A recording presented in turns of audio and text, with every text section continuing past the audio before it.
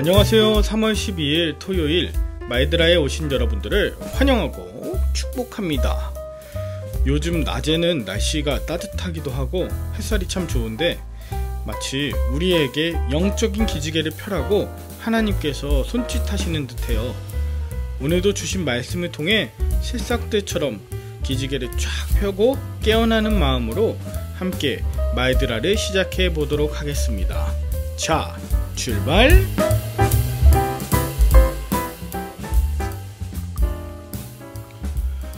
자, 오늘은 출애굽기 6장인데요. 바로의 과중한 노역으로 인해 이스라엘의 원망을 듣고 절망한 모세를 찾아오신 하나님의 말씀입니다. 1절에 보면 이제 내가 바로에게 하는 일을 내가 보리라. 강한 손으로 말미암아 바로가 그들을 보내리라. 강한 손으로 말미암아 바로가 그들을 그의 땅에서 쫓아내리라 하십니다. 또한 하나님께서는 아브라함과의 언약을 상기시키시면서 애굽에서 노예 생활을 하는 이스라엘을 반드시 구해내실 뿐 아니라 선조들에게 약속하신 땅도 주시겠다고 약속하셔요. 그리고 아론과 가족에 대한 족보 이야기가 나온 후에 다시 한번 하나님께서는 표징과 이적들을 통해 이스라엘 백성을 하나님께서 구원해내실 것이라고 약속하시며 바로에게 하나님의 말씀을 전하라고 계속해서 말하십니다. 모세는 자신 없어 하면서 6장이 마무리됩니다. 오늘 출애굽기 본문을 읽으면서 저는 한 가지 질문이 들었습니다. 왜 하나님께서는 바로에게 직접 말씀하실 수 있는데 모세를 통해서 계속해서 말하게 하시는가? 창세기에 아브라함이 나오잖아요. 어려움을 당할 때 하나님께서 바로의 꿈에 나타나기도 하셨고 아비멜렉의 꿈에 나타나셔서 직접 경고하셨잖아요. 하나님은 바로에게 직접 말씀하실 수 있는 분이십니다. 그런데 하나님은 모세에게 직접 전하라고 하십니다. 그러나 바로도 이스라엘도 모세 이야기를 듣지 않는 상황은 계속돼요. 거절당한 모세에게 하나님은 또 찾아오셔서 내가 내게 이르는 바를 너는 애굽왕 바로에게 다 말하라고 하십니다. 그때 모세는 또다시 자신이 입술이 둔한 자라고 하며 사명을 그만두려고 합니다. 좌절로 인해 바로에게서 도망쳤던 것처럼 그는 또다시 도망가려고 하고 있는 것이죠. 한편으론 이해가 갑니다. 백성들에겐 원망 듣고 하나님은 또 말씀하라고 하시죠.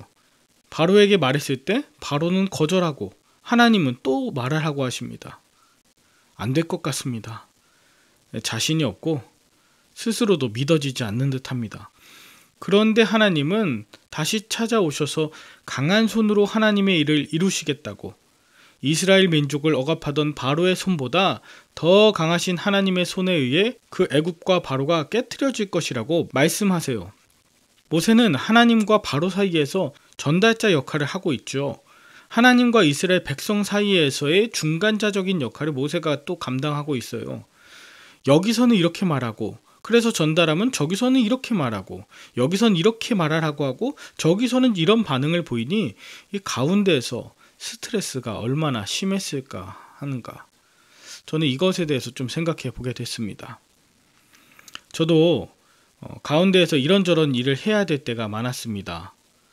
특별히 저는 3남매인데요. 저희 위로 누님과 아래로 남동생이 있습니다. 제가 둘째죠.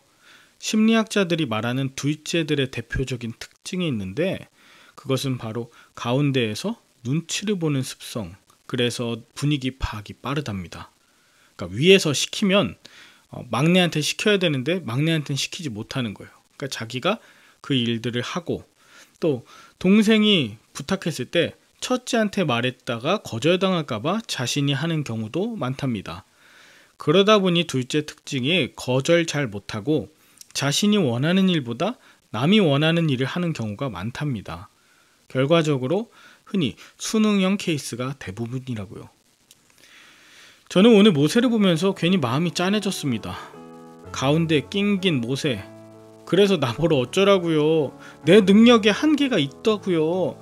사람들이 별로 반응이 없다고요. 라고 그렇게 이야기하고 싶은 모세의 마음이 저의 마음인 듯 했습니다. 그런데 그때 기억해야 될 것이 있더군요. 하나님께서 바로가 그렇게 반응할 것이라고 미리 말해 주셨던 거예요. 그렇다면 최종 결과 역시 하나님의 말씀대로 되지 않겠습니까? 그토록 엄하게 이스라엘 백성들을 대하고 완강하게 출애굽을 거부하던 바로가 쫓아내듯 이스라엘을 보낼 날이 반드시 올 것이다 라는 이 말씀 말이죠. 그날의 영광에 참여하기 위해 우리에게 필요한 것이 두 가지가 있는데, 하나는 실패의 연속이 있을 것이다. 바로가 마음이 완강하니까. 그리고 두 번째는 오늘의 믿음을 잘 지키며 인내할 때에 하나님의 완전한 약속이 이루어진다는 것이죠. 믿음 흔들리고 힘들 때야말로 진정 하나님의 말씀을 들어야 한다. 하나님의 자녀들은 괴롭고 낙심될수록 하나님의 말씀을 꼭 붙잡아야 한다.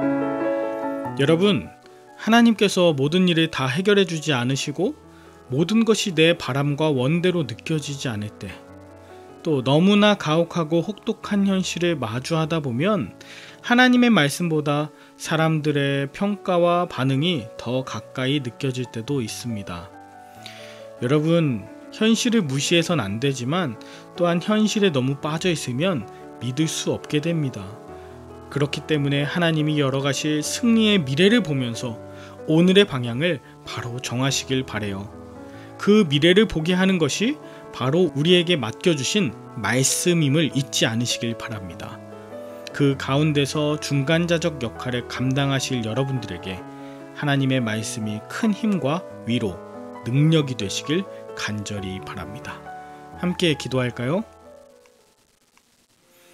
하나님 아버지, 때로 사람과 하나님의 말씀 가운데 갈등하고 번민할 때가 있습니다. 사람과 사람 사이에서 화평의 역할, 화합과 회복의 역할을 감당하다가 오히려 스스로 절망할 때도 있습니다. 그만둘까?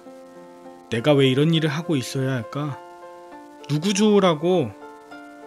이런 마음속의 의심과 자존감을 파괴하는 일들을 경험할 때 하나님, 우리는 어떻게 살아야 할까요? 입술도 둔하고 능력이 없습니다. 하나님, 그런 저를 불쌍히 여겨주시고 조금만 속도를 맞춰 주십시오. 조금씩 시선을 들어보겠습니다.